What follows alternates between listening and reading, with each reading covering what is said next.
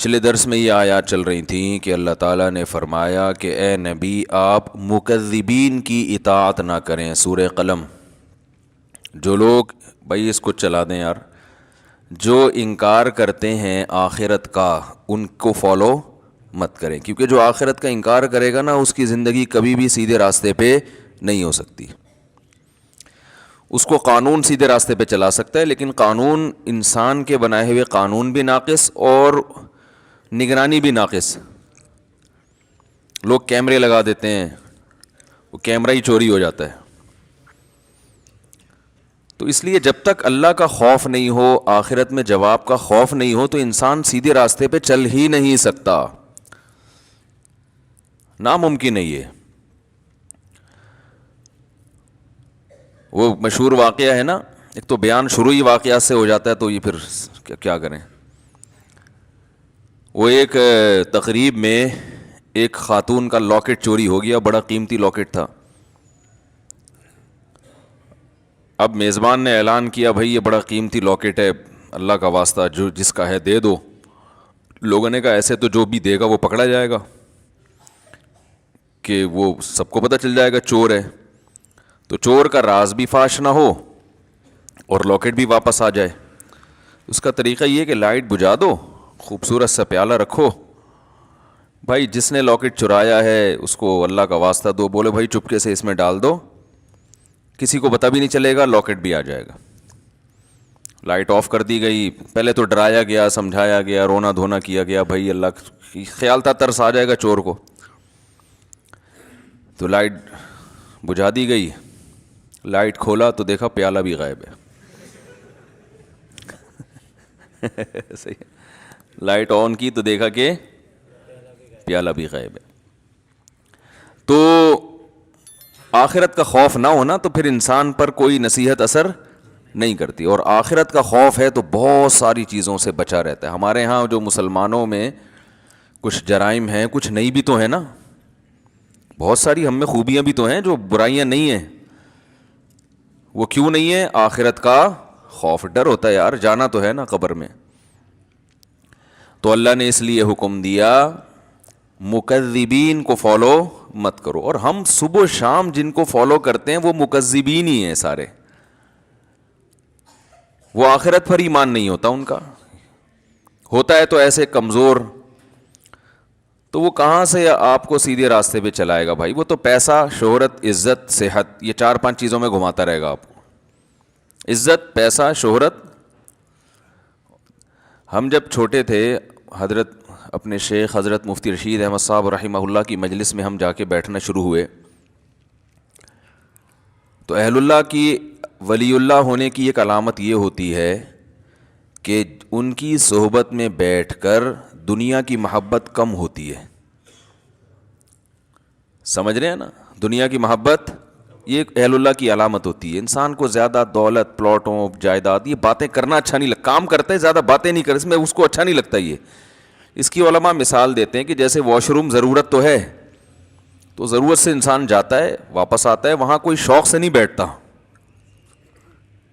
کہ یار مجھے بڑا اچھا لگ رہا ہے تو میں یہیں بیٹھا ہوا ہوں، بیگم یہیں کرسی لے آؤ، یہیں ڈال کے بیٹھتا ہوں، یہیں چائے پیتا ہوں، یہیں مطالعہ کروں گا. کوئی کرتا ہے ایسے؟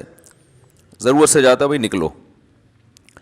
تو ضرورت تو ہے دنیا کی، ہر شخص کو ہے، پیٹ اللہ نے لگا دیا.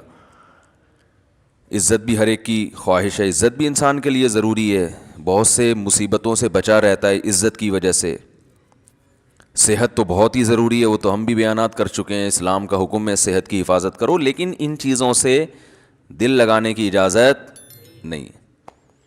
دل بڑی قیمتی چیز ہے، یہ بہت سوچ سمجھ کے لگایا جائے گا. دیکھو دل ایسے کو دیا جاتا ہے جو دل کو پریشان نہ کرے. کیا خیال ہے؟ بات سے بات نکلتی ہے، موضوع چینج ہو جاتا ہے.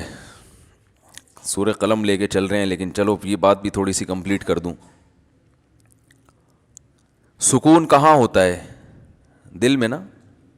سائنٹیفک تو دماغ میں ہوتا ہے، میں بھی اس گہرائی میں نہیں جا رہا، کیونکہ بہت سے نا لوگ بیٹھے ہوتے کہتے ہیں بھائی یہ تو دماغ کی ساری، دل کا تو کام صرف پمپنگ کرنا ہے. تو شریعت نے تو ہر چیز کی نسبت دل کی طرف کی ہے نا.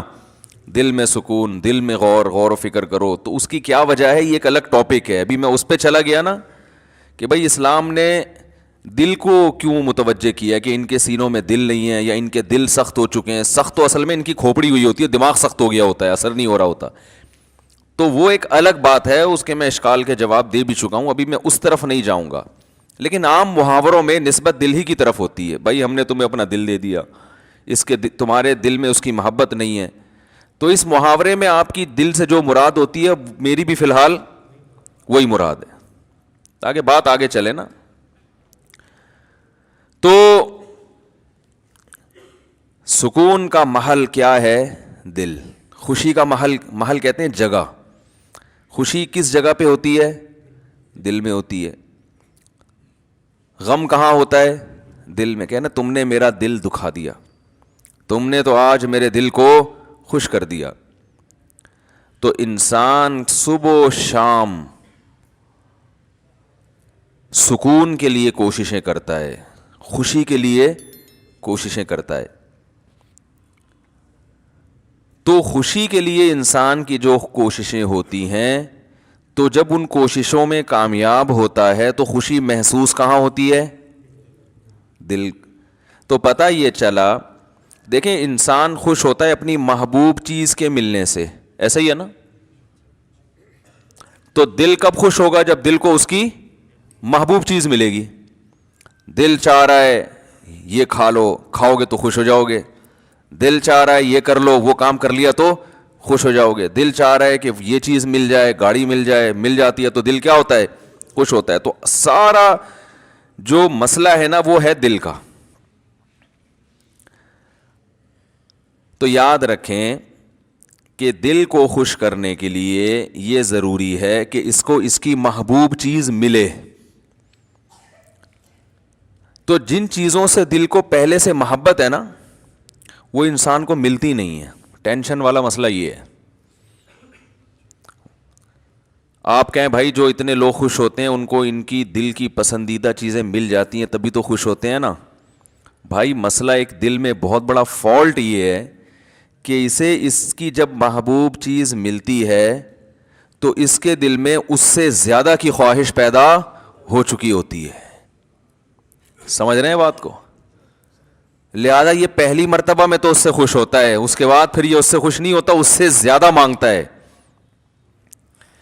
ہمارے ایک دوست ہیں, اللہ نے ان کو مالی وسعت دی, وہ ایک زمانے میں بڑی غربت تھی, تو مجھے اپنا واقعہ بتا رہے تھے کہ یار جب ہم غریب تھے, مدرسے میں پڑھتے تھے, کہتے ہیں تو میں نے اس وقت کہیں سے ہمیں یاد ہے ایک پراٹھا آ گیا کہیں صبح ناشتے میں سوکھی روٹی ملتی تھی.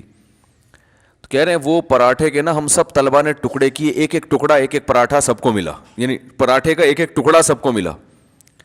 کہہ رہے ہیں یار اس وقت اس میں اتنی خوشی سے ہم نے وہ ٹکڑا کھایا ہے کہ اب انڈے مکھن میں وہ مزہ نہیں آتا. وجہ کیا ہے؟ اس وقت غربت تھی, اس وقت پراٹھے کی محبت تھی. یار صبح روٹی کھا رہے ہیں, کسی دن پراٹھا مل جائے تو ایک ٹکڑا ملا تو دل اتنا خوش ہوا جتنا کوئی ڈیفنس کلفٹن میں رہنے والا مکھن کباب پہ خوش نہیں ہوتا. تو کہنے لگا یار اب تو سب کچھ مل رہا ہے لیکن وہ خوشی نہیں ہوتی. تو وجہ کیا ہے بھائی؟ جب اس سے کم مل رہا تھا تو دل میں پراٹھے کی خواہش تھی, جب پراٹھا ملنا شروع ہو گیا تو اب خواہشات اس سے. یہ جو بڑے بڑے مالدار لوگ ہیں نا ہمارے, اکثر سیاستدان, سارے نہیں, یہ کباب پراٹھے پہ تھوڑی خوش ہوتے ہیں. ان کو آپ بریانی کھلا دو, ان کو سیخ کباب کھلا دو, ملائی کیا, یہ تو غریبوں کے کھانے ہیں. بھئی اب کیا کھانا ہے؟ آپ نے کباب بھی کھا لیے, پراٹھے بھی کھا لیے, آپ نے جو ہے وہ نہاری بھی کھا لی, بریانی بھی کھا لی, برگر بھی کھا لیا, پیزا بھی کھا لیا, ایسی ایسی خوراکیں, ترکی کی ڈشیں آپ نے کھائی ہیں, جاپنیز ڈشیں آپ نے, جو ان کا دل چاہتا ہے کھاتے ہیں, لیکن ان کو اس میں وہ مزہ نہیں آتا. یہ کہتے ہیں وہ جائیدادیں کھلاؤ اب ہمیں. یہ کباب یہ تو ڈیفنس کلفٹن کے عام مالدار لوگ کھا لیتے ہیں یار, یہ کیا ہے؟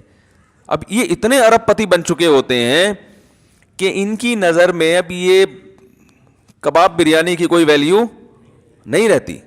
اب جو بڑے بڑے سیاستدان ہیں ان کی خواہش کیا ہوتی ہے؟ بھائی جائیدادیں کھلاؤ یار ہمیں.